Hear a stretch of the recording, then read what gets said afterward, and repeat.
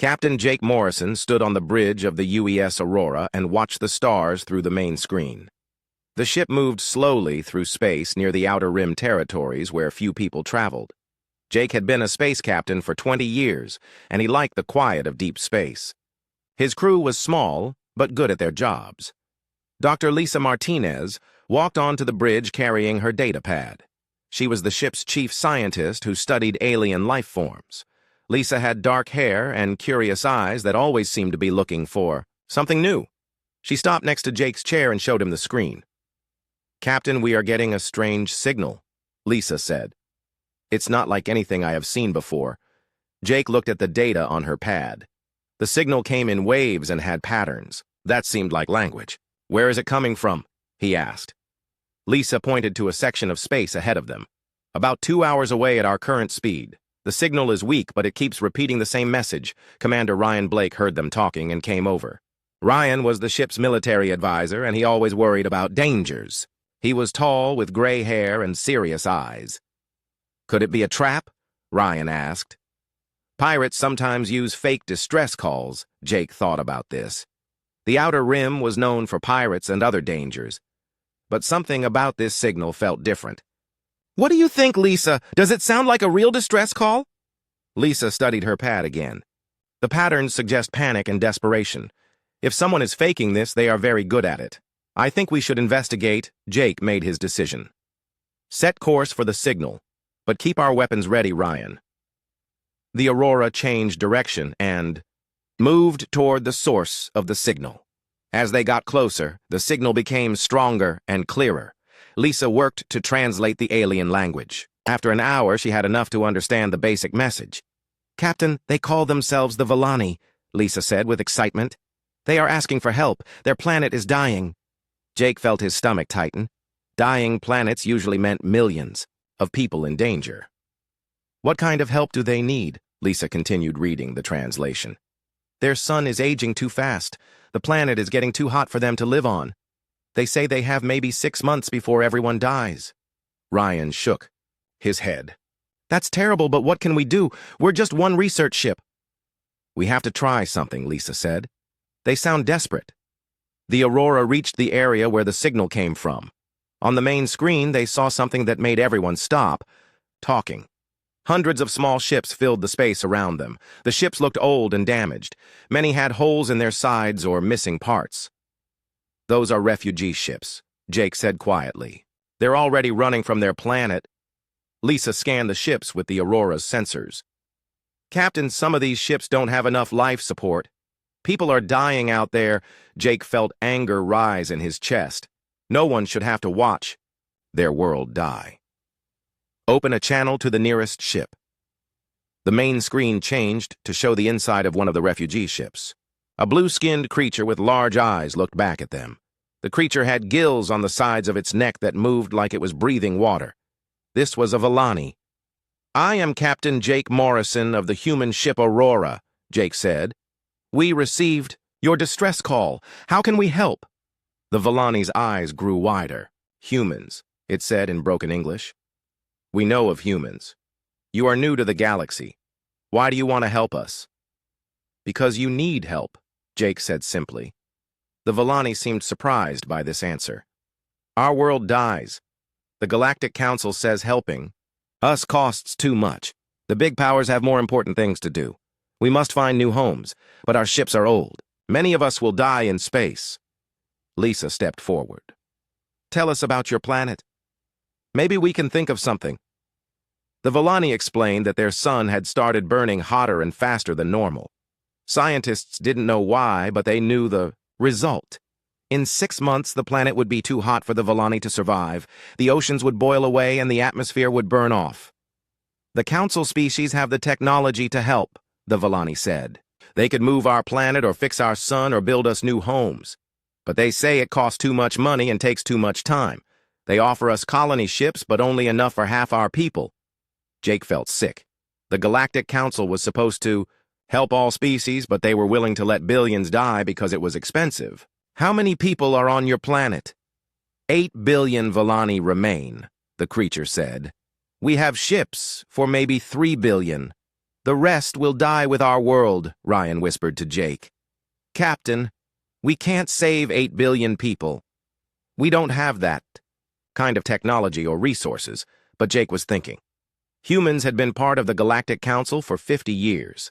In that time, they had learned that the other species thought humans were primitive and weak. Human technology was considered basic compared to the advanced tools of older civilizations. But maybe that was exactly what was needed. Lisa, what would it take to cool down their planet? Jake asked. Lisa thought about it. We would need to block some of the sun's heat, maybe move asteroids to create shade. Then we would need to fix their atmosphere and cool down their oceans. It's not impossible, but it would take huge amounts of work. What if we used mining equipment? Jake said. We have asteroid miners that could move rocks. We have atmospheric processors for terraforming. We have fusion reactors for power. Ryan stared at Jake. Captain, you're talking about terraforming an entire planet. That's not a simple favor. But Jake was already making plans in his head. Humans had been moving asteroids and processing atmospheres for over 100 years. It was basic work that human colonies did all the time. The other species thought it was primitive technology, but it worked. Contact Earth, Jake told his communications officer. Tell them we need volunteer ships and crews for a terraforming operation. Also contact the human colonies in this sector. Lisa looked excited. Captain, do you really think we can save their planet? Jake looked at the Villani on the screen. The creature was watching them with hope in its large eyes. Around them, hundreds of refugee ships waited in space while their world died behind them. We're going to try, Jake said. Tell your people to start heading back to their planet. Humanity is going to help. The Villani's gills fluttered faster. You will really help us. But why? What do you want in return? Jake smiled. Nothing. That's what neighbors do. As the Aurora began coordinating with the refugee fleet, Jake didn't know that his simple decision would change everything. The favor he was about to do would shake the galaxy and show everyone what humans were really capable of. All he knew was that people needed help, and humans were going to give it. 3 days later, the space around the Villani homeworld looked completely different. Where before there had been only refugee ships running from a dying planet, now there were dozens of human vessels, mining ships, colony transports, atmospheric. Processors and mobile factories filled the area around the blue and green world below. Chief Engineer Alex Turner floated outside the Aurora in his work suit, checking the connection points on a massive solar collector. Alex was good at solving problems that other people said were impossible. He had built mining operations in asteroid fields and atmospheric processors on dead worlds. To him, the Villani situation was just another engineering challenge. Jake, this is Alex, he said into his radio. The solar collectors are ready to deploy. We have 40 of them now, with more coming from the Titan colonies. Captain Jake Morrison sat in the Aurora's command center watching dozens of displays that showed the progress of different work teams. Human ships moved in carefully planned patterns around the Villani planet. Each ship had a specific job, and they all worked together like parts of a giant machine. Good work, Alex, Jake replied. What about the asteroid movers? Pilot Sarah Kim has her squadron ready, Alex said. They've identified 12 asteroids that are the right size and composition. The mining ships can move them into position within 2 weeks. Sarah Kim was the Aurora's best pilot, and she commanded a group of small, fast ships that could move between asteroids quickly. She had volunteered to lead the asteroid-moving operation because she said it sounded like fun. Sarah had short black hair and a smile that never seemed to disappear. Sarah here, Captain. Her voice came over the radio. We've got our first asteroid hooked up to the towing cables. This baby is about 10 kilometers wide and made mostly of iron and rock, perfect for making shade. Dr. Matt Johnson worked on the planet's surface with a team of Villani scientists. Matt specialized in terraforming, and he had been studying the Villani atmosphere for the past 2 days. The air was too hot and had too much carbon dioxide, but it could be fixed with the right equipment. Captain, this is Matt, he radioed from the surface. The atmospheric processors are working better than expected. The Villani atmosphere is actually easier to work with than most planets we terraform. We should be able to reduce the temperature. By 20 degrees in the first month, Dr. Lisa Martinez had stayed on the Aurora, to coordinate between the human work teams and the Villani government. She had learned enough of their language to communicate directly with their scientists and leaders. The Villani were amazed by how quickly the humans worked. "Captain, the Villani are asking how we can move so fast," Lisa reported. "They're scientists. Say what we're doing should take decades with our technology level. They don't understand how we're making it work." Jake smiled. The Villani were right that human technology was not as advanced as the other galactic species. Human ships were slower, human computers were bigger, and human weapons were weaker. But humans had learned to work together in ways that other species hadn't figured out. "Tell them it's because we don't work alone," Jake said. "Every human ship out there is connected to every other ship. We share information instantly and coordinate our efforts. When one team finds a problem, every team knows about it and can help solve it. This was the real secret of human success. While other species built better individual tools, humans had learned to make many simple tools work together. The solar collectors were basic technology, but 40 of them working together could block enough sunlight to cool a planet. The asteroid movers were just mining ships with big engines, but 12 of them could move mountains. Commander Ryan Blake watched the sensor displays that showed ship movements throughout the system. As the military advisor, he was responsible for security, but he was also amazed by the coordination he was seeing. Human civilian ships worked alongside military vessels, colony transports shared crews with mining ships, and everyone followed the same plan. "I've never seen anything like this," Ryan told Jake. "In military operations, we plan for months to coordinate a dozen ships. You've got 60 ships working together, and they just started arriving 3 days ago. It's because they all want to help," Jake replied. "When people volunteer for something they care about, they work harder and smarter." On the planet's surface, the first atmospheric processor came online with a low humming sound. The machine was the size of a building, and it began pulling carbon dioxide out of the air while releasing cooler gases. Matt Johnson and his team cheered as they watched the temperature readings start to drop. "First processor is running at full capacity," Matt reported. "We've got 5 more coming online today and 20 more arriving this week. At this rate, we'll have the atmosphere stabilized in 6 weeks. The Villani scientists working with Matt couldn't believe what they were seeing. The atmospheric processors were human colony equipment that was considered basic technology by galactic standards, but the humans used them in combinations and patterns that no one had tried before. "How do you know this will work?" asked Keftar, a young Villani scientist. "Your computers are not as powerful as Council technology. How do you calculate the atmospheric effects?" Matt laughed. "We don't calculate everything. We try things and see what happens. If something doesn't work, we try something else. Your planet's atmosphere is responding better than our models predicted, so we're adjusting our approach." This flexibility shocked the Villani. In their experience with Council species, every step had to be planned perfectly before anyone would start working. The idea of adjusting plans based on what actually happened was completely new to them. In space above the planet, Sarah Kim and her pilots were having fun moving asteroids. The work was dangerous because the asteroids were huge and had to be positioned very precisely. But the human pilots treated it like a challenging game rather than impossible work. "Asteroid number 4 is in position," Sarah reported. "We're creating a nice shadow pattern across the northern hemisphere. The Villani cities there should start cooling down today." Alex Turner was coordinating the installation of orbital mirrors that would reflect heat away from the planet. The mirrors were made from thin metal sheets that mining ships use to collect solar energy. By connecting hundreds of them together, the humans created massive reflectors. "Orbital mirror array is 70% complete," Alex reported. "We're reflecting about 30% of the solar energy away from the planet now. Combined with the asteroid shadows and atmospheric processing, we're already seeing temperature drops." Jake looked at the main display that showed the planet's vital signs. Temperature was dropping, atmospheric composition was improving, and ocean temperatures were stabilizing. In just 1 week of work, the humans had stopped the planet from dying. "Lisa, contact the Villani government," Jake said. "Tell them they can start bringing their refugee ships home." Dr. Lisa Martinez opened a channel to the Villani capital city. The leader who appeared on screen was an elderly Villani with silver scales and wise eyes. Her name was Nixara, and she had been trying to save her people for over a year. "Nixara, this is Dr. Martinez," Lisa said. Captain Morrison wants to tell you that your people can start returning home.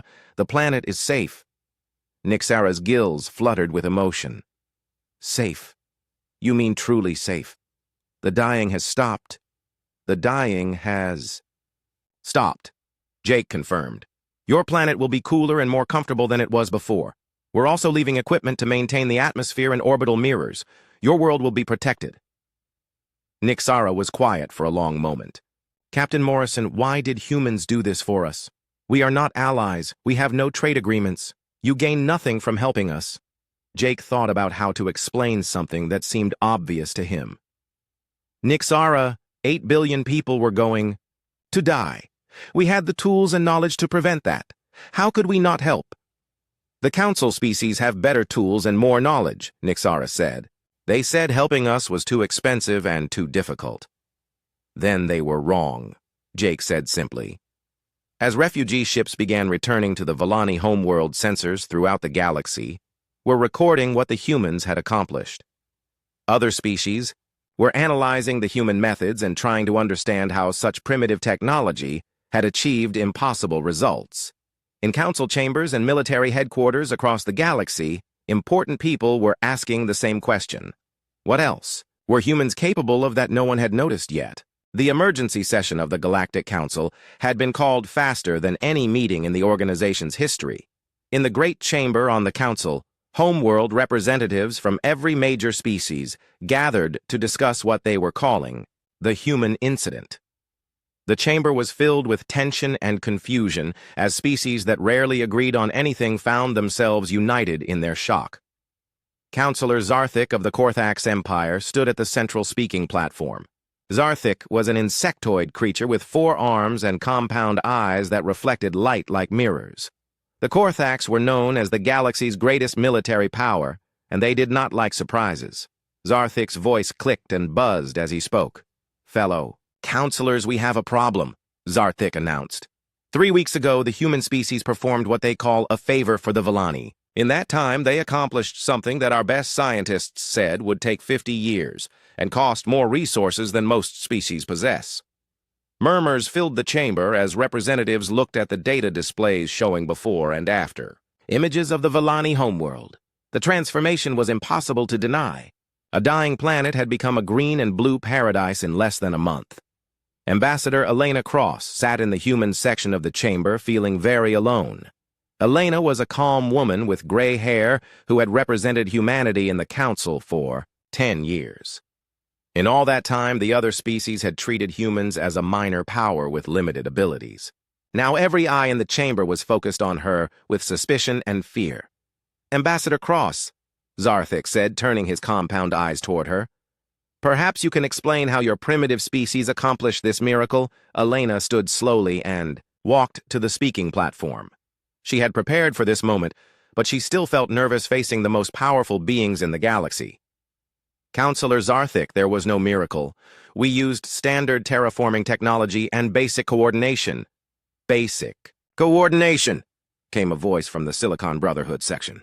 The speaker was a crystal creature that communicated through light patterns. Our analysis shows 67 human vessels working in perfect harmony. No species achieves that level of coordination without advanced computer networks. We used radio communications and volunteer coordination, Elena replied. Every ship captain knew the overall plan and adjusted their work to help the mission succeed. A representative from the Ethereal Collective floated forward. The Ethereals were energy beings who considered themselves the galaxy's greatest intellects. Ambassador, the mathematics alone should have taken years. Atmospheric modeling, orbital mechanics, gravitational calculations. How did humans solve these problems so quickly? Elena took a breath before answering. We didn't solve every problem before we started. We began working and adjusted our approach based on what we learned during the operation. The chamber erupted in shocked voices. Species throughout the galaxy based their approach on careful planning and detailed calculations. The idea of starting work before every variable was calculated seemed impossible to them. Admiral Kate Sullivan had arrived from Earth with a small fleet of human ships as soon as she heard about the council session. Kate was a tough woman who had spent 30 years in space, and she didn't like the tone of the questions being asked. She stood up in the human section. If I may address the council, Kate said in a loud voice that carried across the chamber. Zarthik waved permission for her to speak. You are Admiral Sullivan of the human military. What is your perspective on this situation? Kate walked to the platform next to Elena. My perspective is that 8 billion people were going to die and now they're not. I don't understand why. That's a problem. The problem, Admiral, is that humans have hidden their true capabilities from this council, Zarthik replied.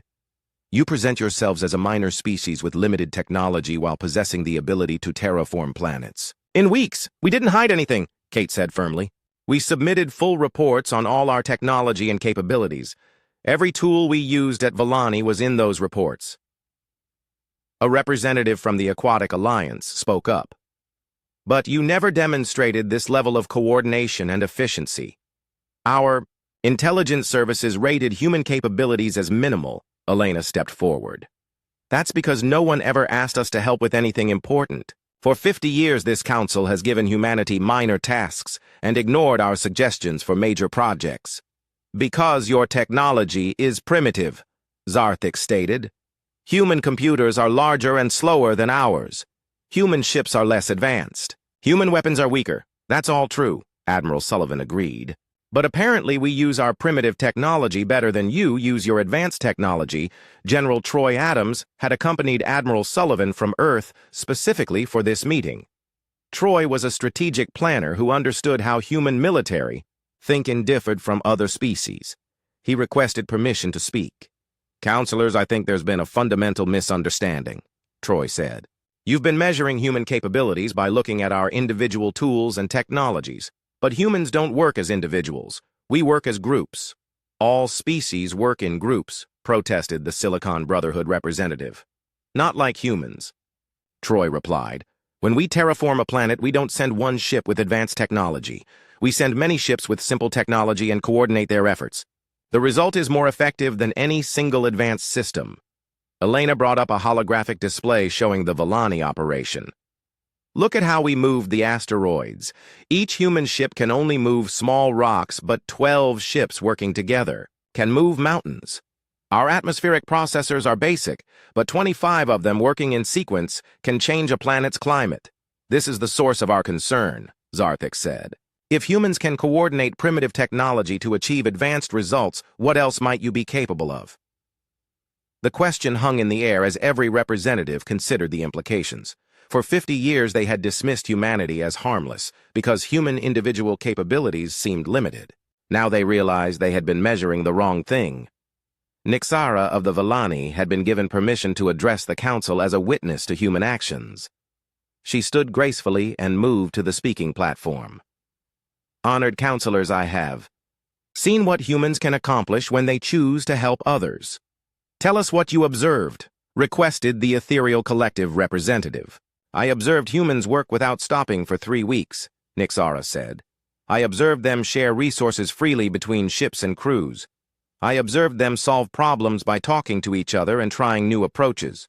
Most importantly, I observed them help us because we needed help, not because they wanted anything in return. And what do you think this means for the galaxy? Zarthik asked. Nixara looked around the chamber at all the species that had refused to help her people.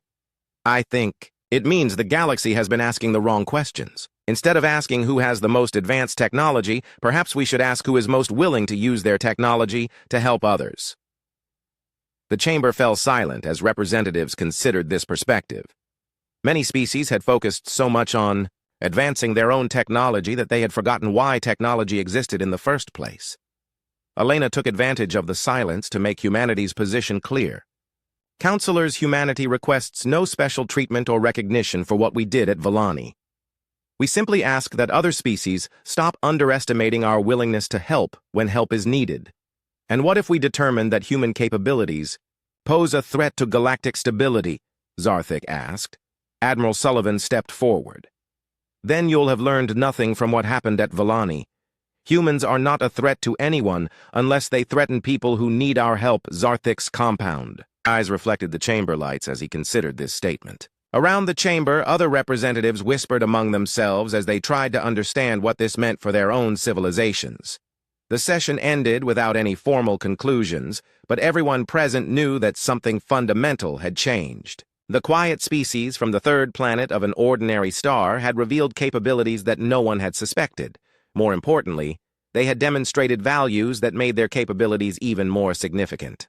As the representatives left the chamber, many of them were already planning how to approach humanity with requests for assistance.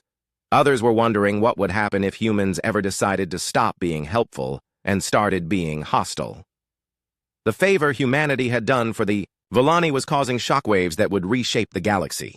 2 months after the council session, the Korthax Empire fleet arrived at Volani space in full battle formation.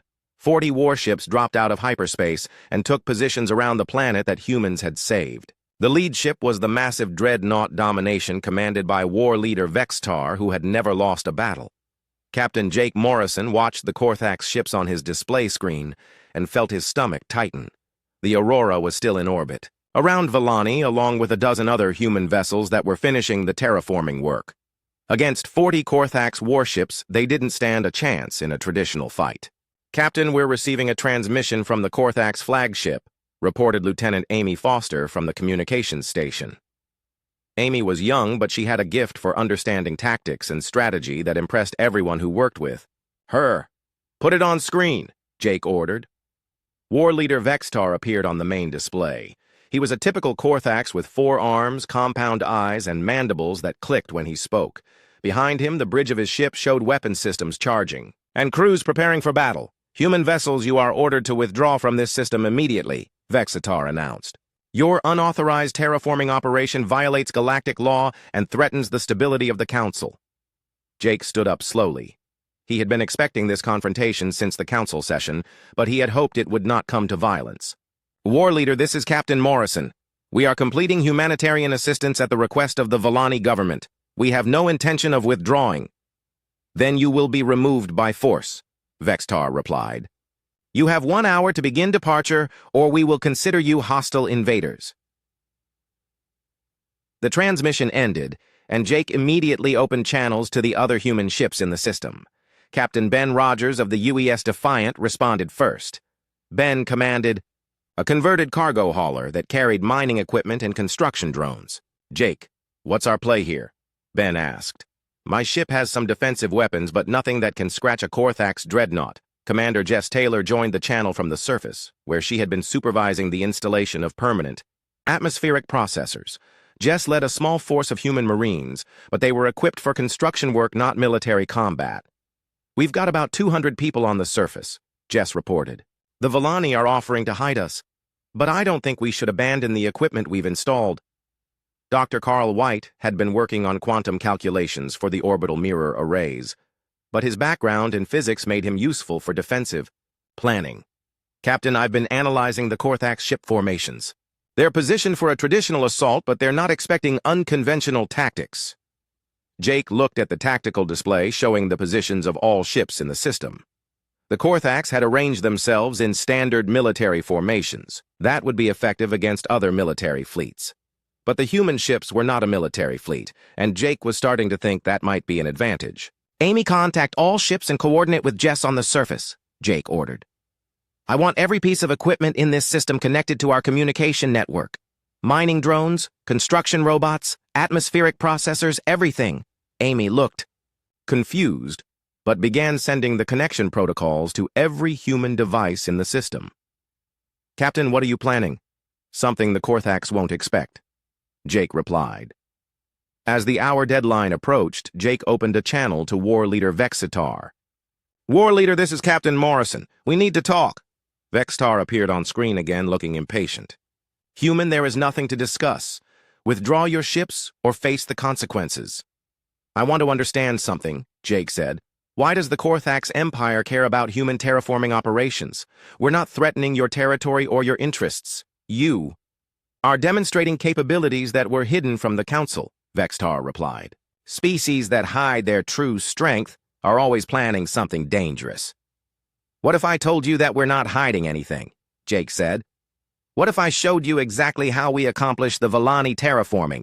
Vexatar's mandibles clicked with interest. "You would reveal your tactical methods?" "I'll do better than that," Jake said. I'll demonstrate them. Jake nodded to Amy, who activated the communication network she had been building. Suddenly, every piece of human equipment in the system was connected and sharing information. Mining drones began moving in coordinated patterns, construction robots started building defensive structures, and cargo ships took new positions. "What are you doing?" Vextar demanded. "Showing you how humans really work," Jake replied. The first phase of Jake's demonstration involved the asteroid mining operation that was still ongoing. Sarah Kim and her pilots were moving rocks to build a permanent solar shade for Vellani, but now they redirected their efforts. Within minutes, they were using the same equipment to move asteroids into positions that would block Korthak's ship movements. "Impossible," Vexitar said, as he watched mining ships coordinate to move massive rocks. "Those are civilian vessels with basic propulsion systems." "Basic systems working together," Jake corrected. The second phase involved the construction drones that had been building atmospheric processors on the planet's surface. Under Jess Taylor's coordination, they began assembling defensive platforms using the same modular components they had used for terraforming equipment. Dr. Carl White was coordinating the orbital mirrors that had been reflecting heat away from Vellani. Now those same mirrors were being repositioned to reflect sensor beams and communications signals, making it difficult for the Korthak ships to target effectively. "This is not military technology," Vextar protested. "You are using mining and construction equipment." "That's right," Jake agreed. "Human military thinking is different from yours. We don't build separate tools for different jobs. We build flexible tools that can be used for many purposes." Captain Ben Rogers was demonstrating this principle with his converted cargo hauler. The ship's loading arms were designed to move construction materials, but they could also grab and redirect incoming projectiles. The mining lasers meant for cutting asteroids could damage ship hulls. The cargo bay doors could be used as improvised armor plating. Lieutenant Amy Foster had been analyzing Korthak's communication patterns, and she made an important discovery. "Captain, the Korthak's ships are having trouble coordinating. They're individual. Ship systems are advanced, but they don't share information effectively." This was the key difference that Jake had been hoping to exploit. Korthak's military doctrine relied on powerful individual ships operating in rigid formations. Human tactics emphasized weaker individual units sharing information and adapting to changing situations. War Leader. "You wanted to see human capabilities," Jake announced. "Here they are. We don't build the most advanced weapons or the fastest ships. We build systems that work together." To prove his point, Jake ordered a full demonstration of human coordination. Every ship in the system moved simultaneously in a complex pattern that looked like organized chaos. Ships traded positions, shared resources, and adapted their roles based on real-time information. Mining ships became scouts, cargo haulers became mobile fortresses, and construction drones became an intelligence network. The Korthak's fleet tried to respond, but their rigid command structure couldn't adapt fast enough. By the time they repositioned to counter one human tactic, the humans had already shifted to a different approach. "You see, War Leader, this is how we terraform planets so quickly," Jake explained. "Not with better technology, but with better cooperation. Every human ship captain knows the overall mission and can adapt their specific role to help achieve it." Vexitar was silent for a long moment as he watched his powerful fleet being outmaneuvered by mining ships and cargo haulers. "This is not how warfare is conducted," he finally said. "That's because this isn't warfare," Jake replied. "This is problem-solving. The Korthak's empire sees every situation as a battle to be won. Humans see every situation as a problem to be solved." The demonstration continued for 2 hours as human ships and equipment worked together in ways that amazed both the Korthak's observers and the Vellani who were watching from their planet. What became clear was that humans had not been hiding advanced technology. They had developed an advanced approach to using basic technology. Finally, War Leader Vextar requested a private channel with Jake. "Captain Morrison, I came here to remove a threat to galactic stability. But I see now that the threat is not what I expected." "What threat do you see?" Jake asked. "The threat that other species will learn human methods of cooperation," Vextar replied. "If that happens, the old balance of power in the galaxy will collapse." Jake smiled. "War Leader, that's not a threat. That's progress." 6 months later, President Helen Carter stood before the largest gathering in galactic history.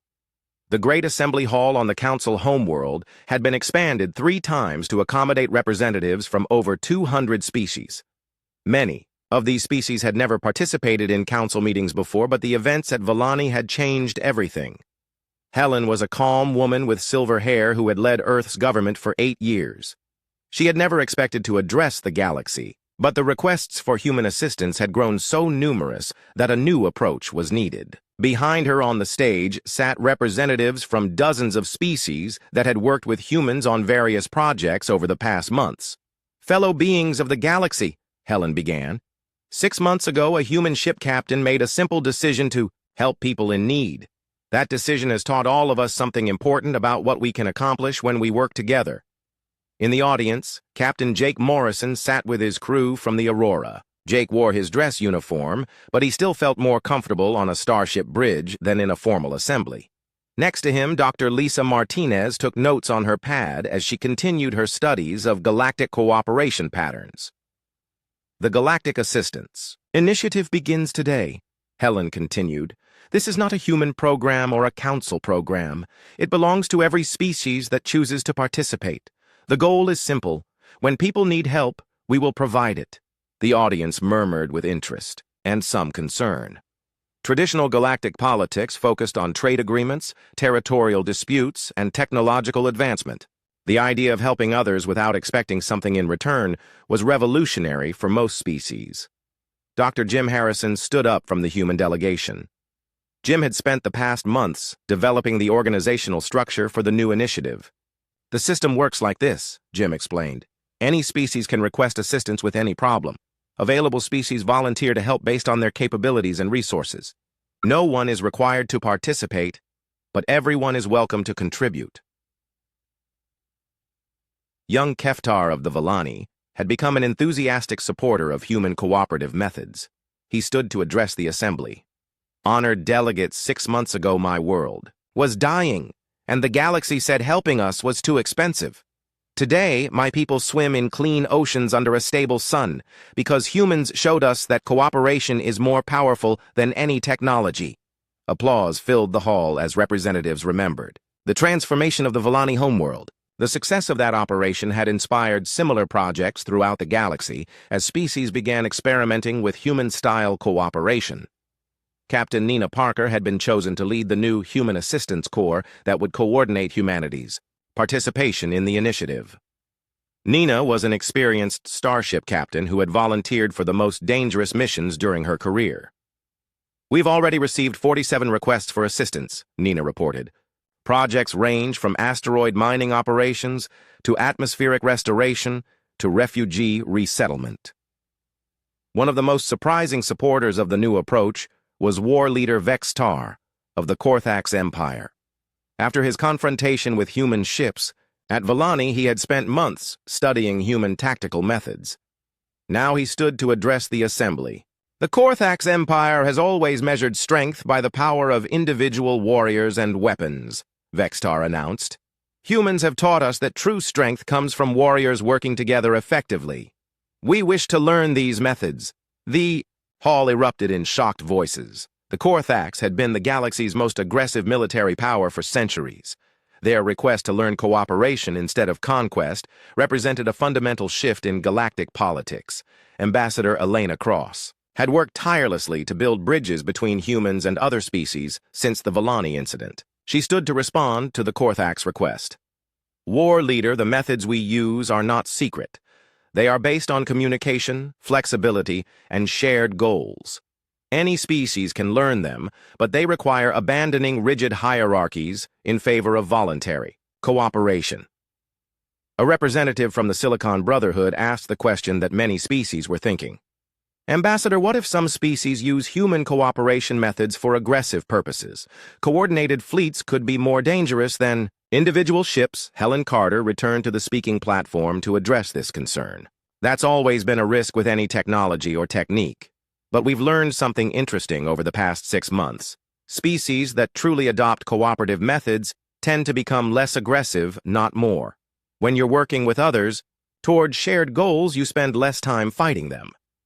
This observation was supported by data from Dr. Jim Harrison's research teams.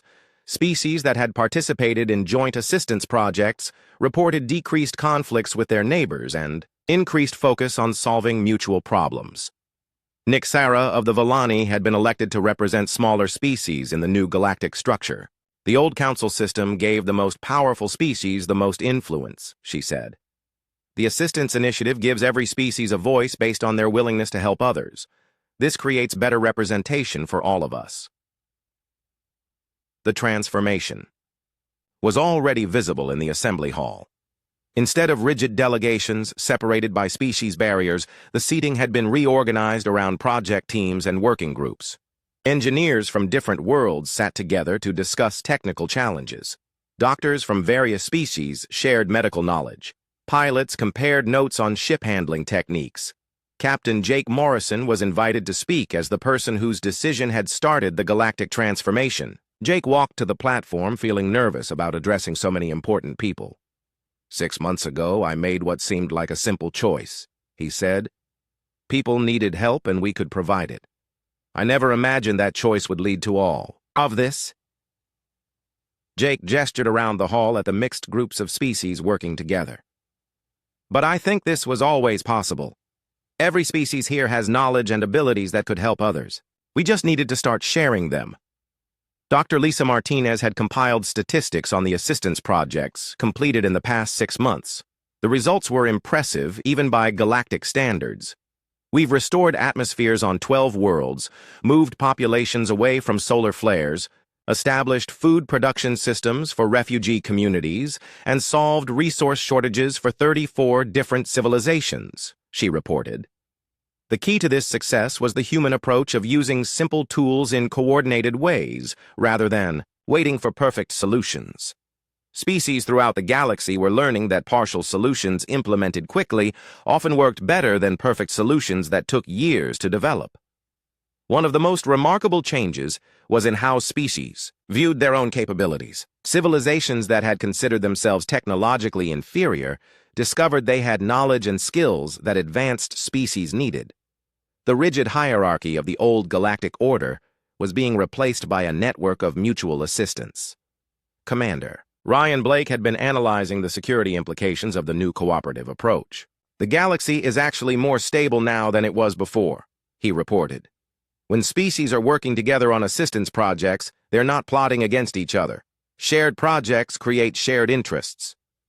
As the assembly session continued, species after species announced their participation in the Galactic Assistance Initiative. Even traditional enemies found themselves working together when faced with problems that affected multiple civilizations.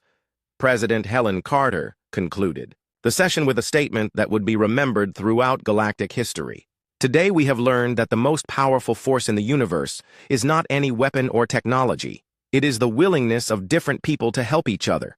That force has no limits because it grows stronger every time it is used. As delegates left the assembly hall to begin organizing assistance projects, the transformation of galactic civilization was already underway. The old questions about who had the most advanced technology or the strongest military were being replaced by new questions about how different species could work together to solve mutual problems.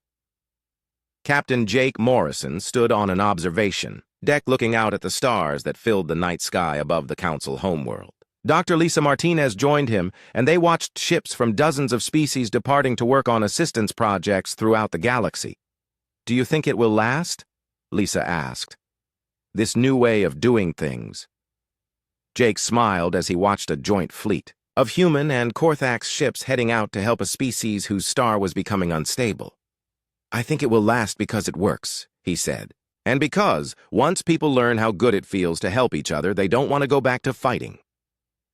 The favor humanity had done for the Villani had indeed sent shockwaves across the stars. But those shockwaves had not destroyed anything.